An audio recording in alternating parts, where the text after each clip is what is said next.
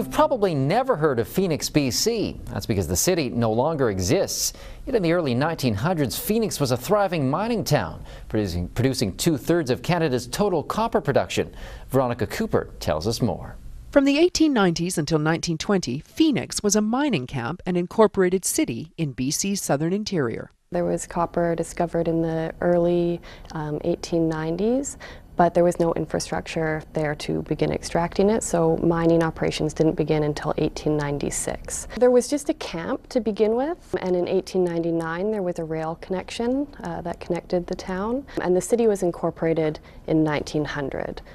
And grew to about 2,000 residents. There was an opera house, a curling rink and a skating rink, 2 telegraph companies, all the sort of general merchants that you would expect to find in a town like that, as well as several hotels, which also had bars and gambling establishments.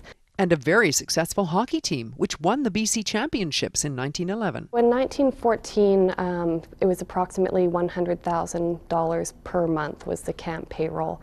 That's about $2.2 million in today's dollars. One of the reasons why the copper at Phoenix was so profitable is because it is self-fluxing copper, which means that it only needs the addition of coke in the smelting process, so it's a much more cost-efficient copper to mine.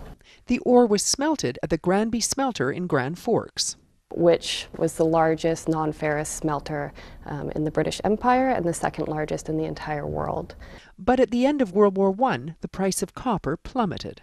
The mines still continued to operate, although, of course, at a lower profit. Until the summer of 1919 and a strike in Fernie, which produced the coke for the smelting process. So when that supply ended, they were no longer able to smelt the copper at an affordable rate, and the mines just shut down. By 1920, the city was abandoned.